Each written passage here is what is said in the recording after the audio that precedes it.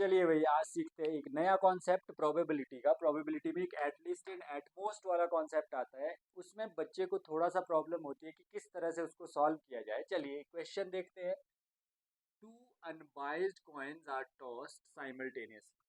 दो कॉइन को टॉस किया तो सबसे पहले तो पॉसिबल आउटकम्स लिखेंगे। पॉसिबल आउटकम्स, तो पॉसिबल आउटकम्स क्या क्या हो गए? या तो दोनों में हेड आ सकता है, या हेड या टेल आ सकता है, या टेल हेड आ सकता है, या टेल टेल आ सकता है। ये पॉसिबल आउटकम्स है, ठीक है।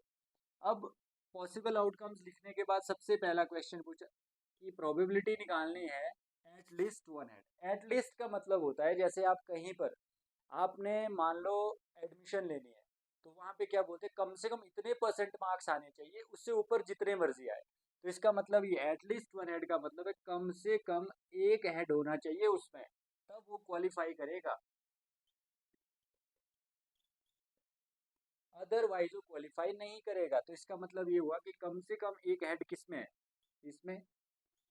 अब जिसमें दो हेड हो वो भी तो क्वालिफाई करेगा। अगर 70% मिनिमम रखा है आपने तो वो एटलीस्ट 70 है। 80 वाला भी तो सिलेक्ट होगा, 90 वाला भी, 100 वाला भी।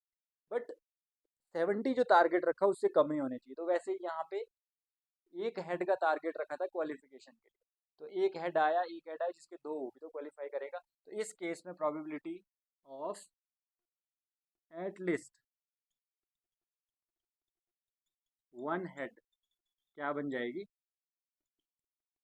3 अपॉन टोटल मतलब 4। Is it clear? अब उसके बाद दूसरा दूसरा बोलता है एट मोस्ट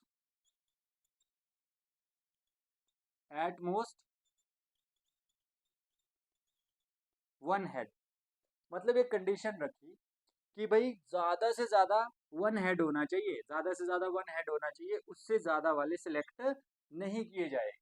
तो इसका मतलब क्या हुआ कि देखो, तो प्रोबेबिलिटी ऑफ एट मोस्ट ऐसे लिखेंगे, वन हेड क्या आ जाएगा, इक्वल्स टू।